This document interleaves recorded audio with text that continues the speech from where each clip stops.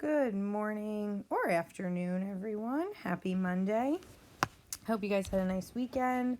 Hope you had a nice St. Patrick's Day weekend and St. Joseph's Day yesterday. Laetare Sunday was yesterday as well, meaning that it is our 4th week of Lent. We are getting close to Easter, all right? And we're getting close to the end of the trimester, too. I'll talk a little bit more about that as we go on through the week. But today we are going to have a lesson on section 16. We'll do that. And same thing like we did, like I've had you do before. I'll have you do the lesson. You pause it when you need to copy the notes, start it back up. Okay. But have like your notes and your video split screened. Tomorrow I think I'm going to change this. We're not going to have an assignment tomorrow. I think I'm going to do a lesson again tomorrow, starting us on the new chapter. So that way we can move a little bit. Don't forget also tomorrow is our day of giving. Bring in your money for your raffles. We've got some great prizes. Wear your Kellenberg gear. And we are going to have another test on Friday. But it's not going to be on a ton. So it's actually like a really good opportunity for you to get a really good grade. But we'll talk more about that as we get closer. All right, so let's jump into our lesson.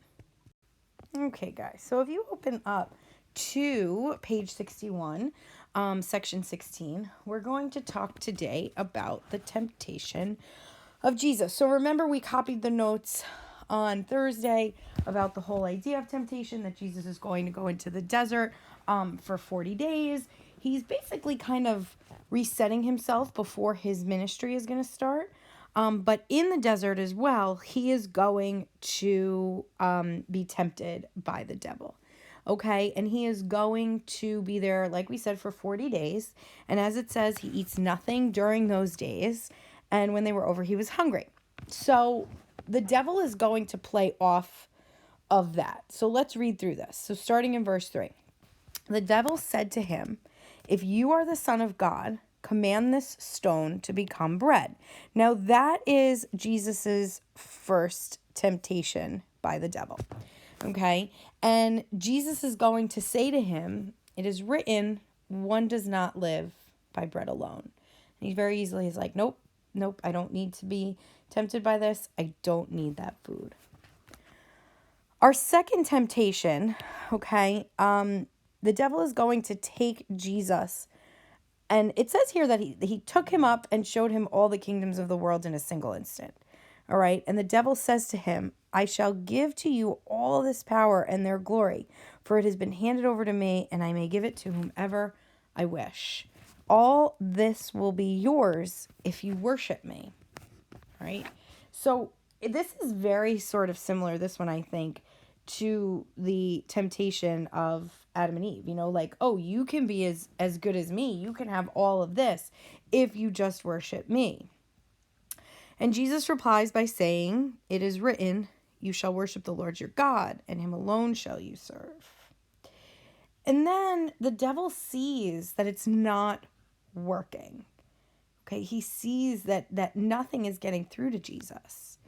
So now the devil takes him to Jerusalem and made him stand on the parapet of the temple and said to him, "If you are the Son of God, throw yourself down, for it is written, he will command his angels concerning you to guard you, and with their hands they will support you, lest you dash your foot against a stone." Now this one's pretty big, because notice, guys, that the devil knows and quotes scripture here. And we're going to talk more about this when we get into the notes in a second. But Jesus says to him back, "It is also said, you shall not put the Lord your God to your test." Okay, so he hits him back with more scripture. And it says here, when the devil had finished every temptation, he departed from him for a time. Okay, so here we have the 3 ones. So let's break them down individually. Okay, so again, I'm going to leave this up. I'm going to talk, but then I'll just ask you guys, if you're not done copying, to just pause it and to copy the notes down. Okay, so in this first temptation, the devil says to him, "Command the stone to be loaves of bread," or "Command the stone to be food," or "Command the stone to be eaten."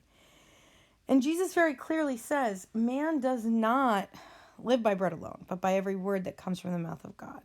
Okay? Here, what's happening is the devil is trying to tempt Jesus by saying, think about you. You're hungry. Your body, your humanity, you're hungry. Just do what you need to do to eat.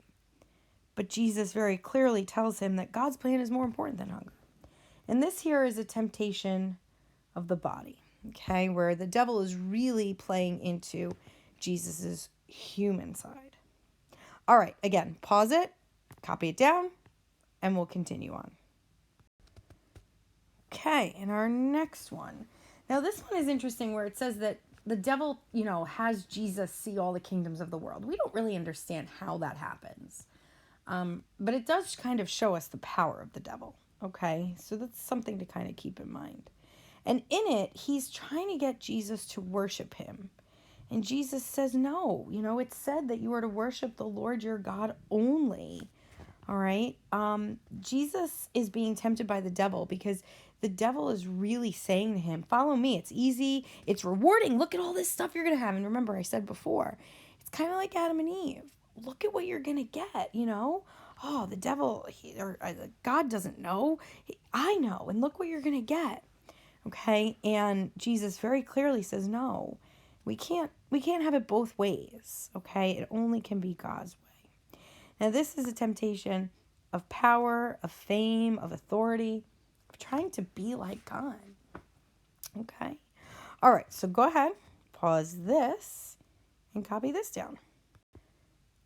Okay, and again, our third temptation, also kind of an interesting one because it says that somehow the devil takes Jesus to the parapet, which is like the top of the temple in Jerusalem. Well, how did they get there?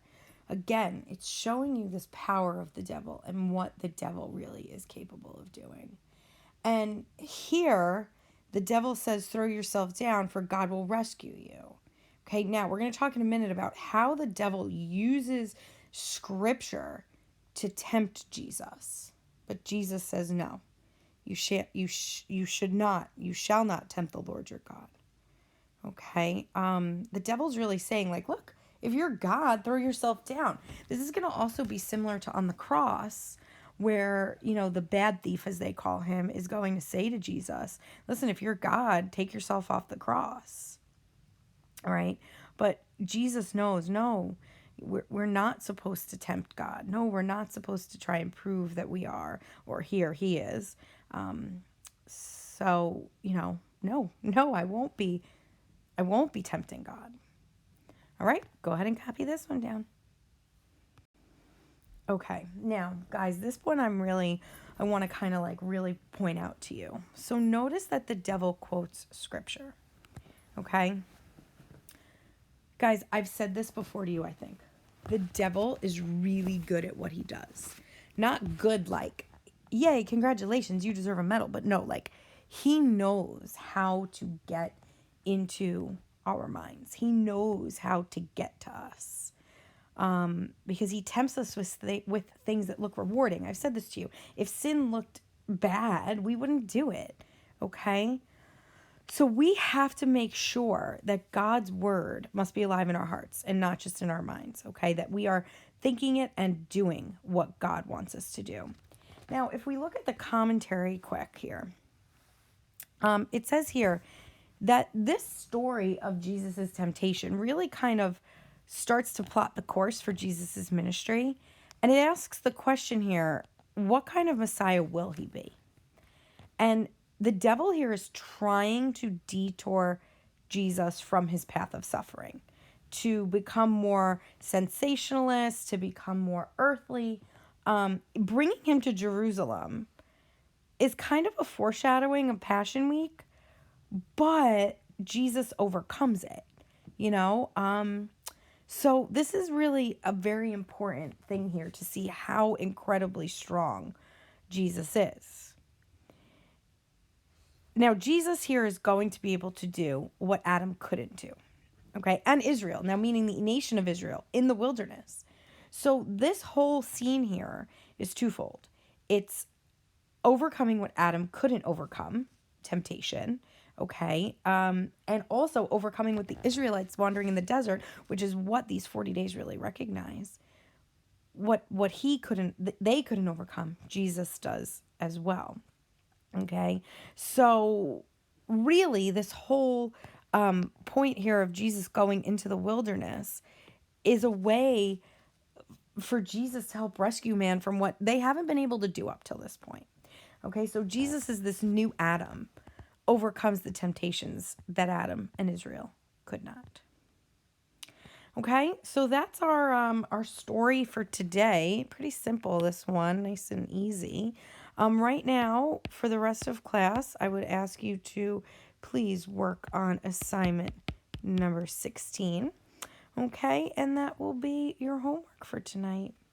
All right, guys. Tomorrow we're going to start our new chapter, Calling the Disciples. I'll leave you a video for that too. So I will see you all tomorrow for our day of giving.